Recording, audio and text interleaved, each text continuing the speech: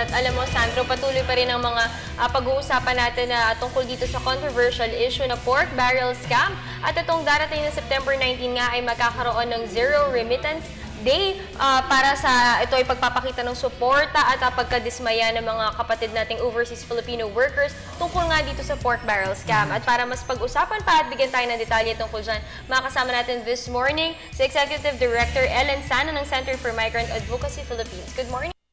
Good morning, Diane. Good morning, Siguro, Sancho. to start off po, bilang parte nga po ng isang advocacy group na nagpo-promote nga po ng rights ng OFWs, ano po ba siguro muna unahin natin yung inyong pananaw nga sa pagbuwag nitong PDAF? Ang una kong sasabihin, kasama kami sa Luneta noong August 26. Dalawa yung mensahe namin, kasaming iba pa naming mga kasama doon sa marcha. No to pork, yes to the immediate passage of the Freedom of Information Bill. So talagang gusto nyo mabuwag itong PDAF. So, syempre, dahil dyan yung mga kapatid nating overseas Filipino workers, dahil nga wala po sila dito, hindi nila masyadong, siguro ang way ng pagpapakita ng kanilang suporta, ito nga pong tinatawag na Zero Remittance Day. Maaari nyo po bang ikwento sa amin at bigyan pa kami ng impormasyon tungkol dito? Paglilinaw lang, salamat yan. Pero paglilinaw, hindi kami kasama doon sa nagtataguyod ng kampanya. Narinig ko yan, definitely. At sana, ang sasabihin ko lang, sana hindi doon sa remittance na ipapadala sa pamilya yung kanilang i-withhold or i-delay yung pagpapadala. Kasi yun ang unang may latay pag ng remittance yung pamilya mo. Sila ang directly affected, kumbaga. Oo, and while we appreciate yung, definitely, laging kasama naman ng OFW sa mga pagkilos dito, virtual or real, ay actually up to date, just to correct yung na kahit hindi sila masyadong dito, alam nila yung nangyayari sa ating bayan. Kaya lang, yun nga, kung usapin ng remittance, immediately, yan na may kaugnayan sa pamilya. Pagka nag-stop ka ng remittance na para sa pamilya, that's like abandoning your family. So sana yung may iba pang mga forma ng pakikilahok, and there are definitely many ways to do it. Huwag lang yung remittance na intended for the family. Baka yung mga remittance na pang birthday, pang ibang na hindi naman yung regular na gastos yung maaapektuhan, that should be fine. Kasi syempre rin, at the same time, kinikilala natin yung mga sweldo ng OFWs natin, pribadong pera yan. Walang pwedeng makialam yan at magdikta kung paano, kailan ipapadala, magkano ipapadala, saan gagamitin. In fact, siguro dahil kayong mga bata pa kayong dalawa, there was an attempt nung panahon ni Pangulong Marcos na sila mismo i-regulate yung pagpapadala ng remittance at gawing mandatory. Didikta yung mga OFWs na magpadala ng mandatory remittance, and we oppose that. So, hindi mo pwedeng didiktahan yung mga manggagawa doon sa pinaghirapan nila na pera nila sa Actually, Miss Ellen, for them, this is actually, Sandro, symbolic protest kung saan pinapakita nga nila yung siguro yung galit nila against dito nga sa pork barrel scam. Pero dito kasi kapag hindi sila magpadala ng remittance, ang tatamaan yung mga pamilya nila. Syempre, kailangan nila yun financially. So, yung government or yung mismong ibang tao, hindi sila ganun ka-affected.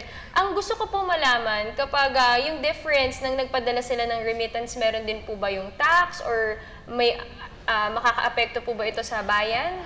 Doon lang sa statement na, bawa kung isang araw man yan o kung ilan mang araw yan, yung punto na pag ang sagot ng gobyerno, hindi yan makaka-apekto sa amin. Kasi sinabi ko rin naman na ang may immediate na impact yan sa yung pamilya. Family.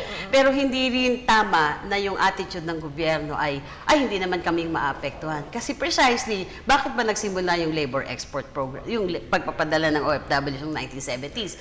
Kasi wala siyang mabigay na trabaho. Epekto yung walang trabaho ang mga mamamayan. Kaya nag-abroad yung mga tao.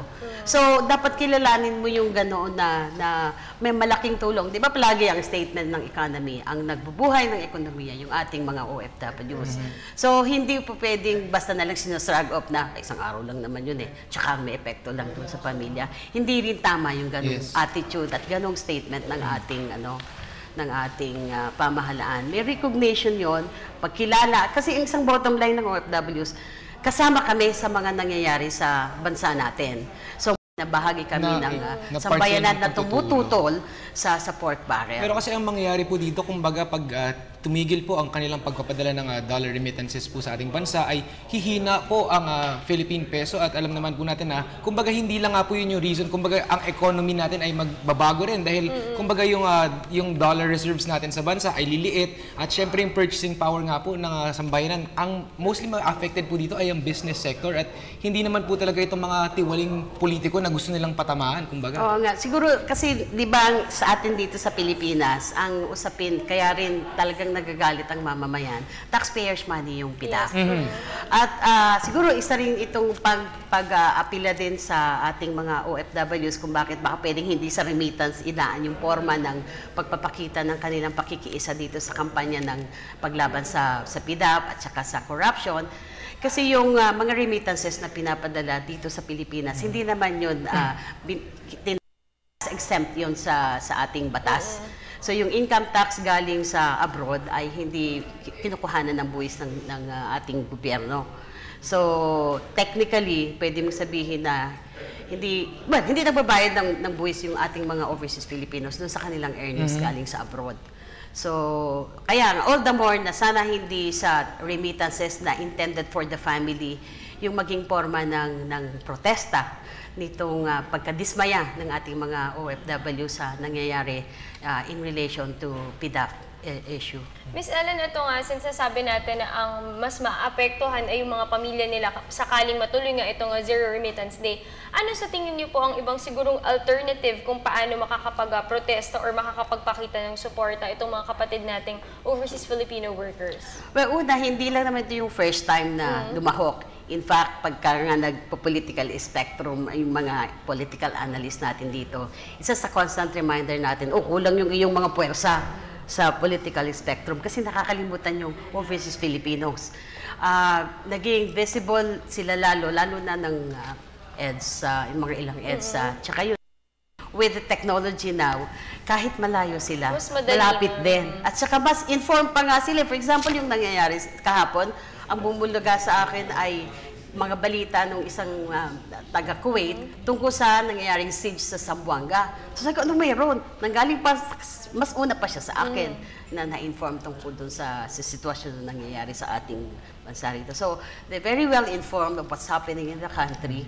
At natutuwa tayo na kahit malayo sila, and malayo for many years for that matter, hindi nawawala yung concern, yung na maging mabuti yung Pilipinas now at lalo na sa kinabukasan kasi eventually nandun naman palagi yung longing for home. Siguro maganda po dito yung positive thing na nakikita po natin ay kumbaga kahit na mga napakalayo nga po nila sa bansa at sabi nyo nga po, minsan ay napakatagal na nga po nilang wala sa bansa, gusto pa rin nilang makita na talagang, gusto pa rin nilang makatulong kumbaga sa bansa. Siyempre alam nila ang nangyayari at alam nila yung mga kasamaang nangyayari.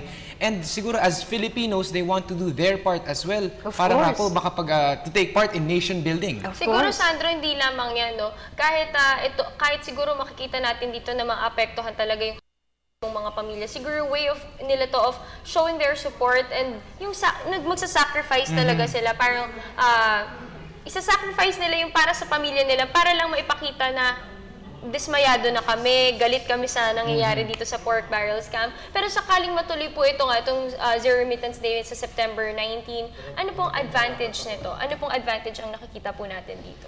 Siguro yung more than yung... Kasi halimbawa, sabi rin kasi kung baka isang araw, pwede naman nilang gawin ng remittance sa bago yung September 19. Maraming paraan. Kaya lang, I think nakuha mo na yan yung isang malaki rin mensahe ng declaration na magkakaroon ng Zero Remittance Day. Kasi alam natin yung direct na connection ng remittance sa pamilya. Na ito ay, minsan lifeline yan eh. Pero they're willing to sacrifice, hold it for one more day para ipakita sa gobyerno natin na, parang lalatayin namin yung sarili namin kasi para lang ma-emphasize namin yung aming concern, serious concern na dito sa nangyayari sa ating bansa.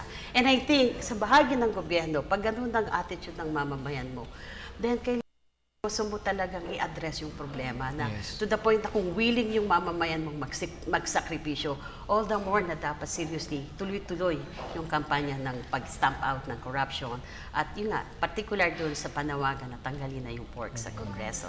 Yes, ma'am, siguro panghuli na lang po, baka meron po kayong mensaheng nais ipaabot sa ating mga manonood ngayong umaga. Sana tuloy-tuloy palagi bibigyan nyo ng oras kung anong nangyayari sa mga OFWs.